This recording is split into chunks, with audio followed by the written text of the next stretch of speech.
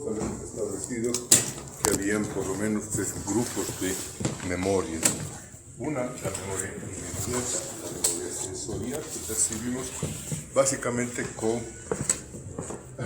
estímulos directos sobre nuestros receptores periféricos y en el momento que llegan a la estación central, para decir, a las cortezas primarias, evocan un fenómeno de memoria, pero de muy breve duración. Habíamos hablado de unos segundos, 1 o 2 segundos, que permanece la sensación o permanece el estímulo que percibimos con cada uno de los. ¿Cómo trabaja esa memoria inmediata? Básicamente es un sistema de reverberación de estímulos que llegan a la corteza cerebral. Fíjense ustedes, hemos puesto en un esquemita un modelo de organización de ese tipo de memoria. La entrada es la que está viniendo de los estímulos periféricos, ya sea del aparato visual, ya sea del aparato auditivo, ya sea de la piel o de todo lo que es anestesia. La información que está viniendo de la periferia, lo que estamos definiendo con el nombre de entrada. Y esto esta entrada va a activar diferentes neuronas de las columnas corticales. Y estas columnas corticales están interrelacionadas con interneuronas entre sí. Y a veces se dan estos arreglos. Fíjense ustedes, una colateral de cualquiera de las células de la columna principal está llegando a una interneurona y esta está descargando sobre las propias células de entrada. Por lo tanto, se activa la entrada, se activa la vía principal, pero también se activan las neuronas que hacen que la señal vuelva a la entrada, estableciendo un circuito de reverberación, y finalmente la salida. Este circuito de reverberancia es el que se encarga de mantener vigente el estímulo dentro de la función cortical y establece la base de la memoria inmediata. Un momento que llega a otra estimulación, pues esto cambia y el nuevo patrón de registro de circuitos reverberantes mantiene un nuevo set de memoria, un nuevo patrón dentro de esa memoria cortical. Aquí nos damos cuenta que este es un circuito que se va a mantener un tiempo breve porque la estimulación que está viniendo por las entradas probablemente sea muy rápida. Hablemos de nuestro aparato visual. Estamos recibiendo información muy rápida, entonces esa información va desplazando a la anterior muy rápidamente. Ahora bien, ¿cuál es la estructura cortical que se va a encargar de esto? He querido traerles un par de diagramas. Ambos están dedicados básicamente a destacar lo que son las microcolumnas corticales. En las áreas primarias, fundamentalmente, encontramos un patrón de organización vertical de las células de las diferentes capas de la corteza cerebral. Ustedes recordarán, la corteza cerebral tiene 6 capas. Y en esas capas están distribuidas células en mayor o menor grado según las capas y de diferentes tipos. Además de eso, hay una gran cantidad de conexiones dentro de estas células, conexiones intracorticales, que actualmente establecen relaciones entre las diferentes capas celulares. Esto es lo que está destacando este diagrama y lo que está cuantificando el otro. Una microcolumna ocupa un espacio entre 0,5 milímetros, medio milímetro y 0,25 milímetros, o sea, es un pequeño pedazo de corteza celular, en el mejor de los casos 0,5 medio milímetro, que está extendiéndose a lo largo de toda el ancho de la corteza, todo el amplio de la corteza. En este vamos a encontrar aproximadamente unas 10.000 células. Fíjense la cantidad de células, 10.000 células en cada microcolumna. Y obviamente estas microcolumnas están organizadas lado a lado en toda la corteza sunestésica o visual o auditiva. Entonces tenemos muchas microcolumnas que son las encargadas de analizar toda la información sensorial que les está llegando de la periferia. Y ahora bien, esas 10.000 células en promedio tienen como unas 1.000 conexiones sinápticas entre aferencias y eferencias, entre lo que está entrando de la periferia y conectándolas entre sí y lo que sus conexiones reverberantes están consiguiendo. Entonces tendríamos como de las 10.000 neuronas, unas 10 millones de sinapsis. En cada sinapsis se va a manejar un fragmento de la información que recibe del cerebro. Fíjense ustedes entonces la enorme complejidad que entraña esta conexión. No hace mucho tiempo, utilizando la nueva tecnología de supercomputadoras, se ha podido homologar en algunas de esas supercomputadoras el funcionamiento de estas microcolumnas corticales. Y se puede ya tener modelos de cómo se estaría organizando la función neuronal. Obviamente esto es una información relativamente aislada, no es de dominio público, pero ya hay la capacidad de analizar pequeñas regiones de nuestra corteza cerebral.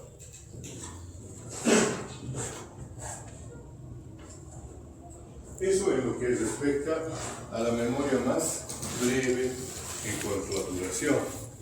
El siguiente hito, el siguiente tipo de memoria es la memoria a corto plazo.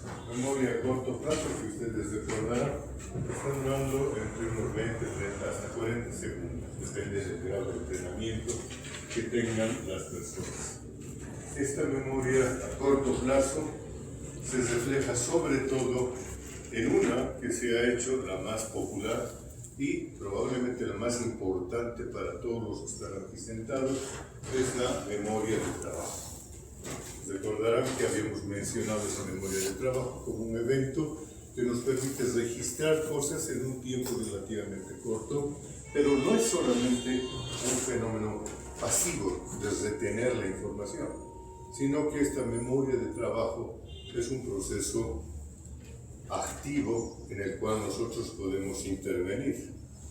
Por ejemplo, si es que les diera yo un número telefónico, empecemos con números telefónicos, hagamos algo más simple.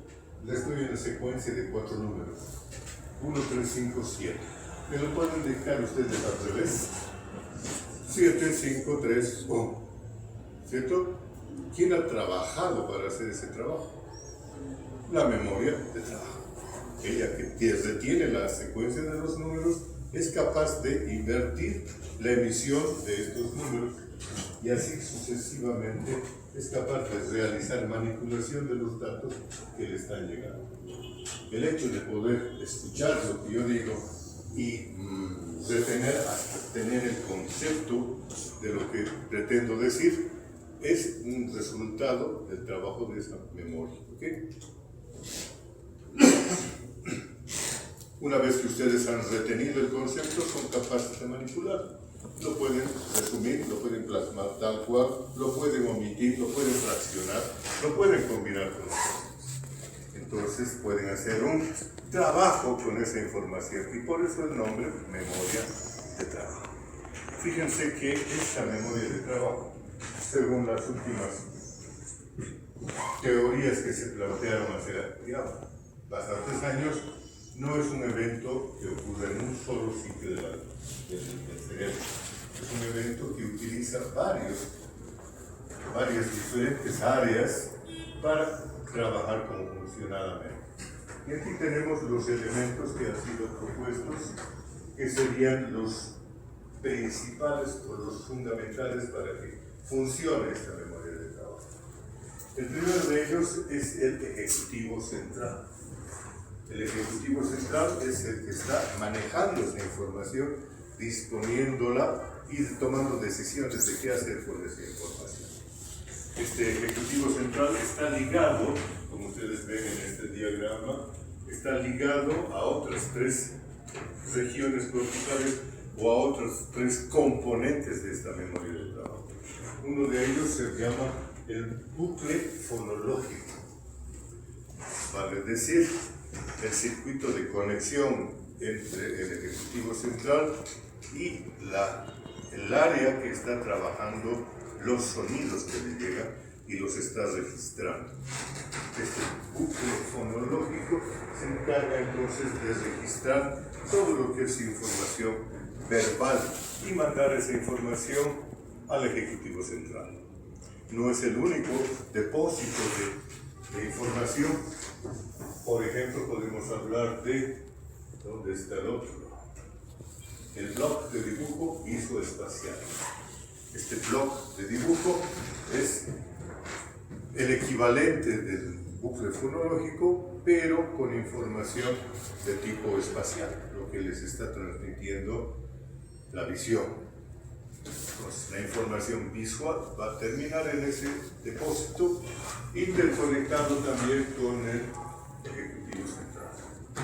Y finalmente tenemos un otro bloque de trabajo, el buffer episódico, que es el que se va a encargar de conectar lo que trae la información auditiva con lo que trae la información central y interactuar con el ejecutivo central. Entre estas 4 entidades, áreas, funciones, como ustedes prefieren llamarlas, se establece un sistema de trabajo concertado que es lo que termina determinando que nosotros podamos precisamente registrar y modificar la información haciendo lo que se llama la memoria de trabajo. Esto fue emitido, como les digo ya, no hace mucho tiempo, pero ha sido elaborado en un plano netamente hipotético, sin haber identificado ninguna estructura cerebral concreta que se relacione con estas funciones. Ustedes conocen este animalito. Es el pececito, es un pez, ¿qué es? Pez azul, ¿no? Y este pez azul trabajaba en una película buscando a Nemo, ¿sí? Es famosa, yo creo que la gente de su generación esto ha sido bien conocido. El pececito se llamaba Dory, el pez Dory. ¿Cuál era el problema de Dory? Su memoria, pues no le funcionaba la memoria a corto plazo. Ella recibía la información, sí, se movía, pero inmediatamente se olvidaba de lo que le habían dicho. Ella tenía algún problema en su memoria de trabajo. Con el tiempo se fueron haciendo trabajos para identificar, para darle contexto a cada una de estas diferentes funciones o subfunciones de la memoria de trabajo. Y lo primero que se pudo identificar fue la localización del ejecutivo central. El ejecutivo central está localizado dentro de la corteza asociativa prefrontal, en la porción dorsolateral de nuestros hemisferios cerebrales. Eventualmente tenemos 2, aun cuando siempre se habla de un ejecutivo central. Pero como tenemos 2 hemisferios, en cada uno de estos hemisferios debe haber un ejecutivo central que están interconectados entre sí a través de fibras que pasan por el cuerpo calloso. Esto lo estoy manejando yo de manera de hipótesis, pero creo que está apoyado en bastante conocimiento que viene después. Fue la primera área que se estableció con una referencia cortical precisa. ¿Qué pasará si es que se lesiona ese ejecutivo central? Los sujetos que tengan la lesión de esa área tal vez puedan percibir la información y mantenerla momentáneamente, pero no van a poder trabajar con esa información. Va a ser una información rígida que no puede ser modulada, procesada. El ejercicio que les he dicho, recuerden estos cuatro dígitos. y díganmelos al revés. Eso no van a poder hacer las personas que tienen lesionado el ejecutivo central. Entonces, tal vez recuerden en unos instantes los números, pero trabajarlo no van a poder. Pero como ustedes son normales, todos ustedes no solamente han retenido la información, sino que la pueden volver a reeditar. Y en vez de decir que me den la información en secuencia directa o en secuencia inversa, les puedo pedir que me la den intercalada progresivamente. ¿Cuáles serían los números si les digo que hagan eso? 1, 5 y ya no más. Y después serían 7 y 3, invertido. Igual están trabajando con esa memoria, pero esa ya no es la memoria de trabajo. Ustedes están sacando de un depósito temporal la información dentro de la memoria de trabajo. Pero para recordar lo que ustedes han hecho o lo que ustedes han recibido como información, están usando otro tipo de memoria, la memoria a largo plazo.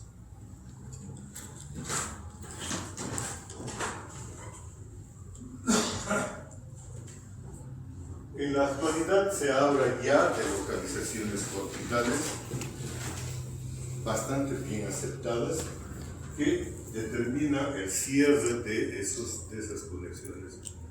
¿Qué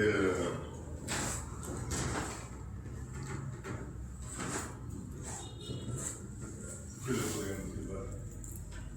De la hipótesis de Bradley. Entonces aquí está el ejecutivo central.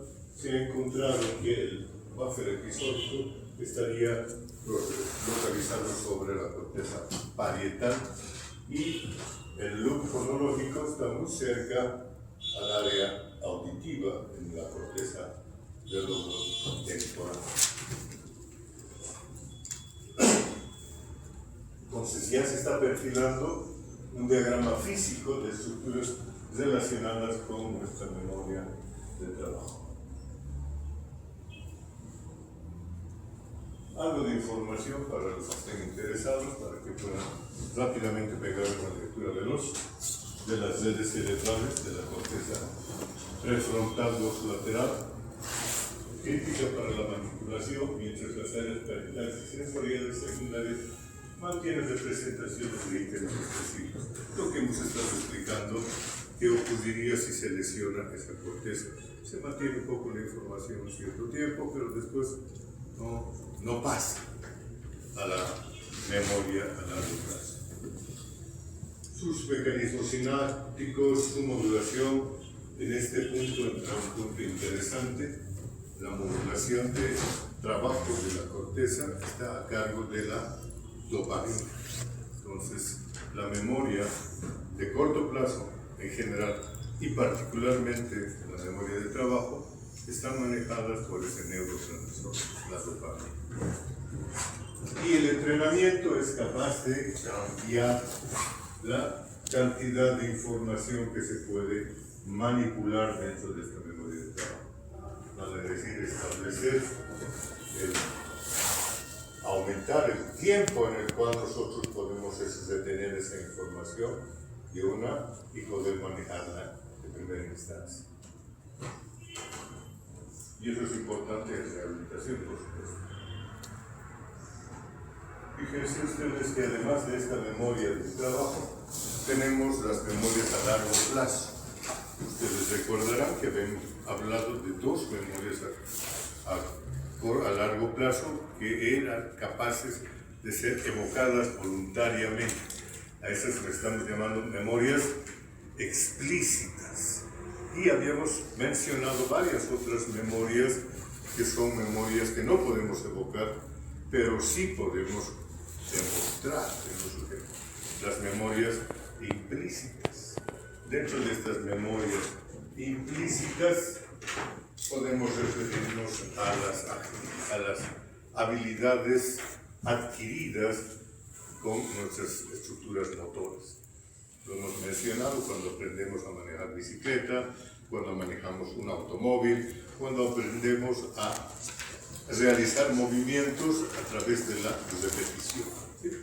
Ese es un tipo de memoria a largo plazo que nosotros la podemos aplicar, la podemos demostrar, pero no la podemos evocar estableciendo una secuencia. No podemos decir cómo hacemos para haber aprendido a manejar un vehículo. Simplemente lo sabemos hacer. Y en resumen, son las características fundamentales de estas memorias a largo plazo. Su capacidad de almacenamiento hasta el momento se manifiesta como ilimitada.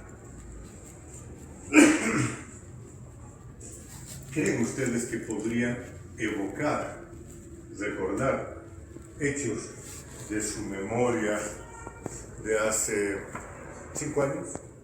¿Se acordarán ustedes de alguno o de los eventos que vivieron hace 5 años?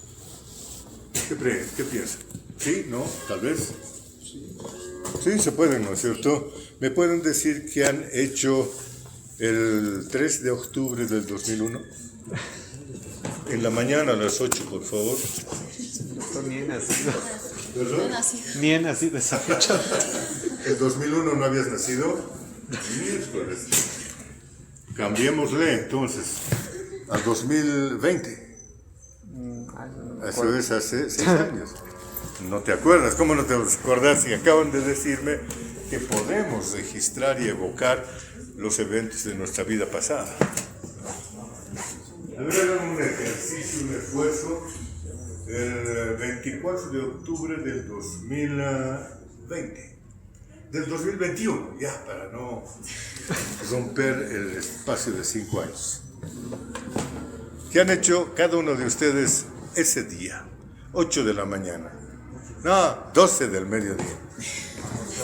¿Lo pueden evocar? Estamos saliendo del colegio, qué bien, muy inteligente. Probablemente sí, pero no lo vas a recordar con detalle. Y sin embargo, pero ¿qué se han olvidado ustedes? ¿Qué piensan? ¿Que sí? ¿Que se han olvidado? Pues no existe el olvido. Cuando nosotros no recordamos un dato que hemos adquirido en un determinado tiempo, o sea, cuando estamos hablando de nuestra memoria cronológica, no es que la vayamos a haber perdido, simplemente no podemos evocarlo por un defecto en nuestro procesamiento de la información para recuperar esa información. Les puedo yo asegurar que en su cerebro está guardada esa información y que eventualmente, bajo ciertas condiciones, la podrían extraer. Y de esto hay evidencia, que de repente las termino mencionando en algún momento, que afirma eso y lo demuestra.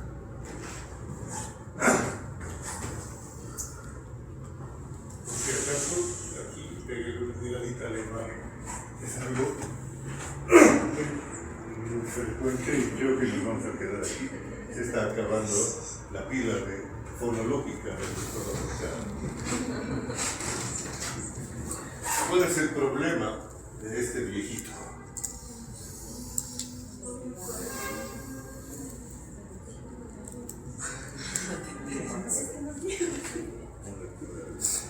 No vayas a ofenderte así, pero nosotros éramos amigos, parientes, esposos, ¿o qué? El caballero se ha olvidado exactamente de quién es o qué tenía que ver con esa señora que está ahí al frente, y nosotros también nos quedamos en la duda. Era su esposa, era su amiguita, era su pariente, era su mamá, y por decir algo, ¿no?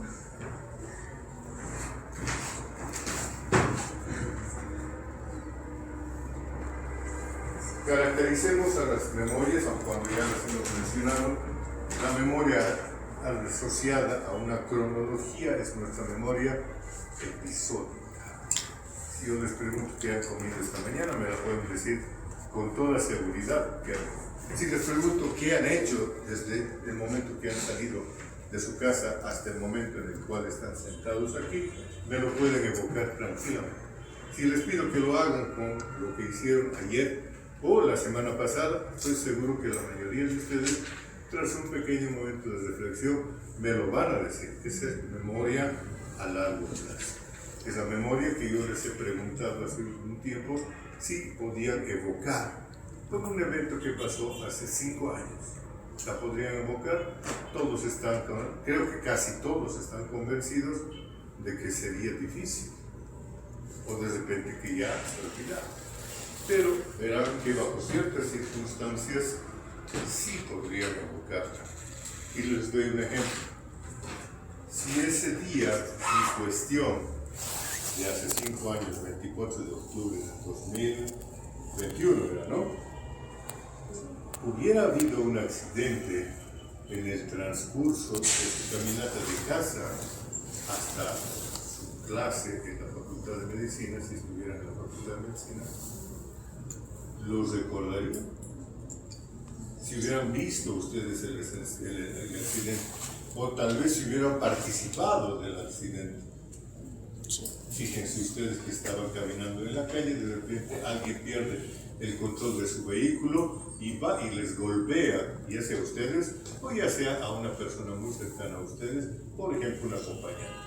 ¿Lo recordarían? A ver, por supuesto, lo recordarían. Hay algo que lo hace especial y fácil de recordar ese evento. Lo que demuestra simplemente que ustedes tienen información guardada en su cerebro de hace 5 años y que la pueden evocar cuando hay estímulos adecuados. Si yo les digo, era el día del accidente, claro, era el día del accidente, y me voy a acordar qué pasó ahí. Incluso olores y sabores de ese momento los van a recordar. Y puede también ser un mecanismo para evocar. Ustedes pueden escuchar algo asociado a ese evento, por ejemplo un griterío, y recordar ese momento. O algún olor a humo. ¿Por qué? Porque se quemó el auto y cuando ustedes perciben el humo dicen, me estoy acordando de ese accidente donde se quemó un auto y había el mismo olor. Entonces hay diferentes mecanismos para recordar, pero bueno, yo ya estoy perdiendo el hilo de la charla. Entonces, memoria episódica, aquí están los elementos básicos. Vamos más adelante. La siguiente es la memoria semántica, registro de nuestros conocimientos. Esto es atemporal, no tiene tiempo. Nosotros hemos aprendido algo y lo registramos. Si alguien nos pregunta dónde lo has aprendido, cuándo lo has aprendido, es difícil que digamos. ¿Cuándo has aprendido que existen 3 tipos de memoria? No sé cuándo, sería hace 3 días que me lo han dicho, o de repente yo ya sabía de hace tiempo, pero no me acuerdo cuándo exactamente. Evidentemente no hay una cronología de nuestros aprendizajes, pero sí hay una evocación de esos aprendizajes. Estos serían sus elementos básicos. Y la quiero mencionar en función de lo que va a venir, la memoria procedimental. Esa memoria que nosotros no podemos evocar voluntariamente, pero que está ahí y la podemos demostrar cuando hemos aprendido a manejar una herramienta, cuando hemos aprendido una técnica, hacer el examen neurológico, aplicar una bomba de perfusión, poner una inyección. Estamos aprendiendo a hacer algo, no podemos decir exactamente cuándo o cómo lo hemos aprendido, pero sí podemos demostrar que lo hemos aprendido. Ahí está esa memoria procedimental, una variedad de estas memorias que no son explícitas. Cuando empezamos a hablar de la neurobiología de la memoria, yo quiero recordarles un caso, probablemente no lo hayan escuchado antes, pero quiero hablarles del caso del señor H.M. H.M. es un sujeto, Henry Morisson.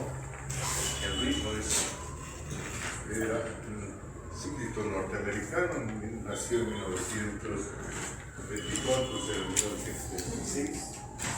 tuvo una niñez, una infancia de lo más normal, en su desarrollo perfecto, tranquilo, y cuando tenía 9 años sufre un accidente cuando estaba manejando su bicicleta, un accidente que fue tan importante que el sujeto, este chico, quedó inconsciente durante 5 días en terapia intensiva, estaba mal, había recibido un fuerte golpe en la cabeza. Y cuando recuperó la conciencia, pues aparentemente todo estaba bien, se reintegró gradualmente a sus actividades escolares. Al año más o menos empezó a aparecer un nuevo fenómeno en él, pero patológico, cual empezó a tener pérdidas de conocimiento, caídas y eventualmente convulsiones. El sujeto empezó a convulsionar y esto se fue repitiendo una y otra vez y cada vez se hacía más importante, más fuerte. Eso motivó que fuera con el médico que le dijo: mira, vamos a darte medicamentos anticonvulsivantes, probablemente has tenido una lesión en tu cerebro y vamos a ver que con esto se controla la cosa. Al principio la cosa fue bien, disminuyeron las frecuencias de crisis y el sujeto fue creciendo, aumentando de edad, aprendiendo sus cosas, se graduó, terminó sus estudios, hizo una profesión, pero permanecían esas convulsiones.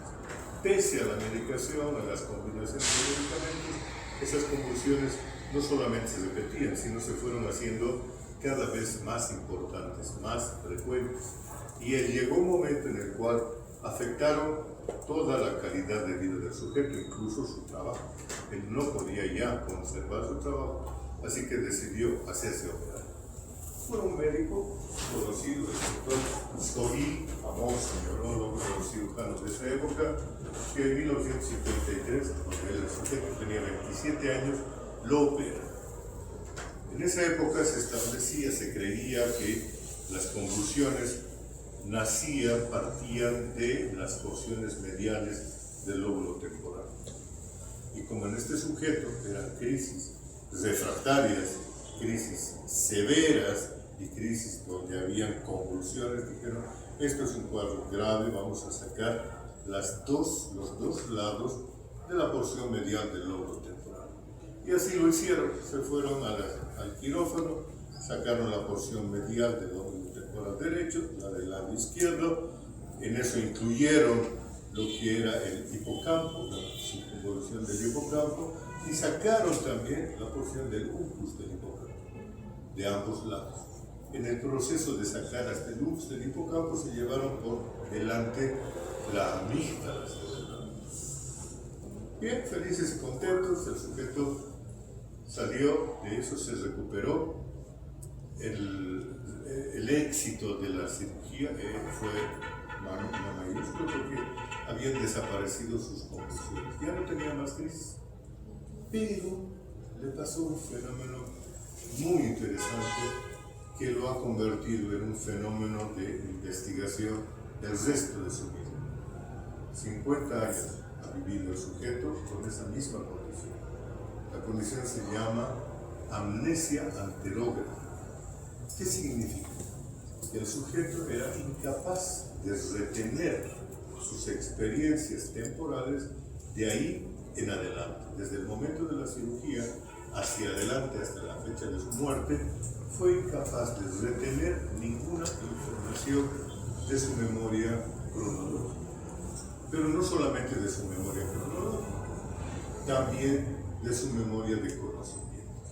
Fue incapaz de aprender nuevas cosas, fue incapaz de recordar las cosas que él vivía más allá de algunos momentos. Entonces era un sujeto que estaba internado, habitualmente estaba internado porque era muy difícil mantenerlo, puesto que había perdido varias habilidades y que cuando conocía a alguien se presentaba, lo presentaba, que conocían, charlaban, intercambiaban algunas frases, sí, cómo va, qué hace, qué no hace, etc. Pasado un momento, y si el sujeto al que le habían presentado desaparecía y volvía a aparecer momentos después, para él eran completamente novedosos. Lo estaba volviendo a ver, pero en realidad para él lo estaba viendo por primera vez en su vida. no recordaba verlo visto, ni recordaba lo que hubiera conversado, ni recordaba que habría conversado.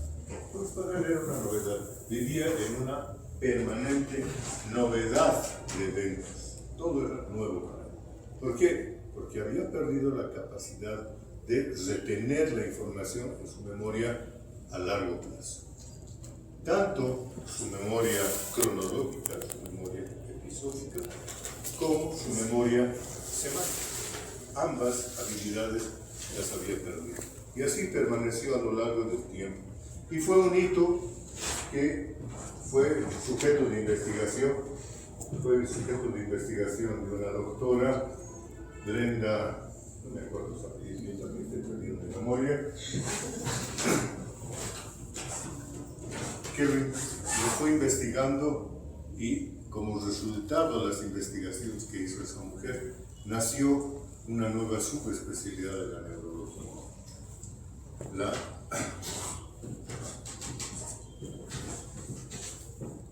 neurología cognitiva. La memoria fue la base de los estudios de cómo funciona nuestro cerebro para darnos nuestras funciones superiores. Entonces, ahí aparece la rama de la neuropsicología que se dedica a estudiar la cognición en los humanos y que al presente se ha desarrollado mucho y es lo que nos está permitiendo hablar durante más de una hora en estas charlas que hacemos. Ella descubrió varias cosas y las reportó. Se nos está acabando el tiempo.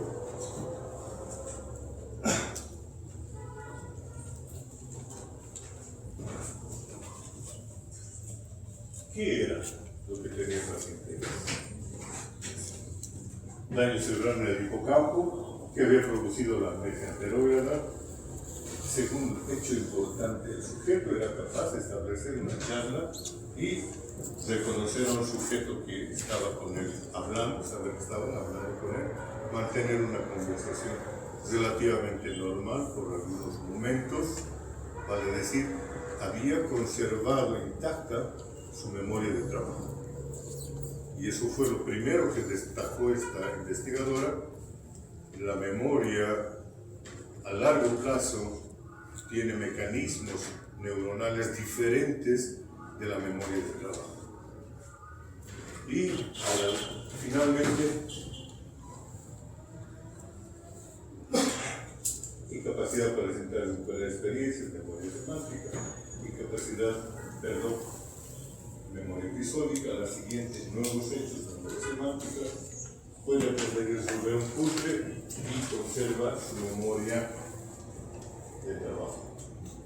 Y eso nos lleva directamente al tema en cuestión de la neurobiología de la memoria a largo plazo. Esta neurobiología nace en el uncus del hipocampo. Aquí se establece que es el centro que sirve para generar el proceso de registro a largo plazo de nuestros recuerdos. Acá en esto.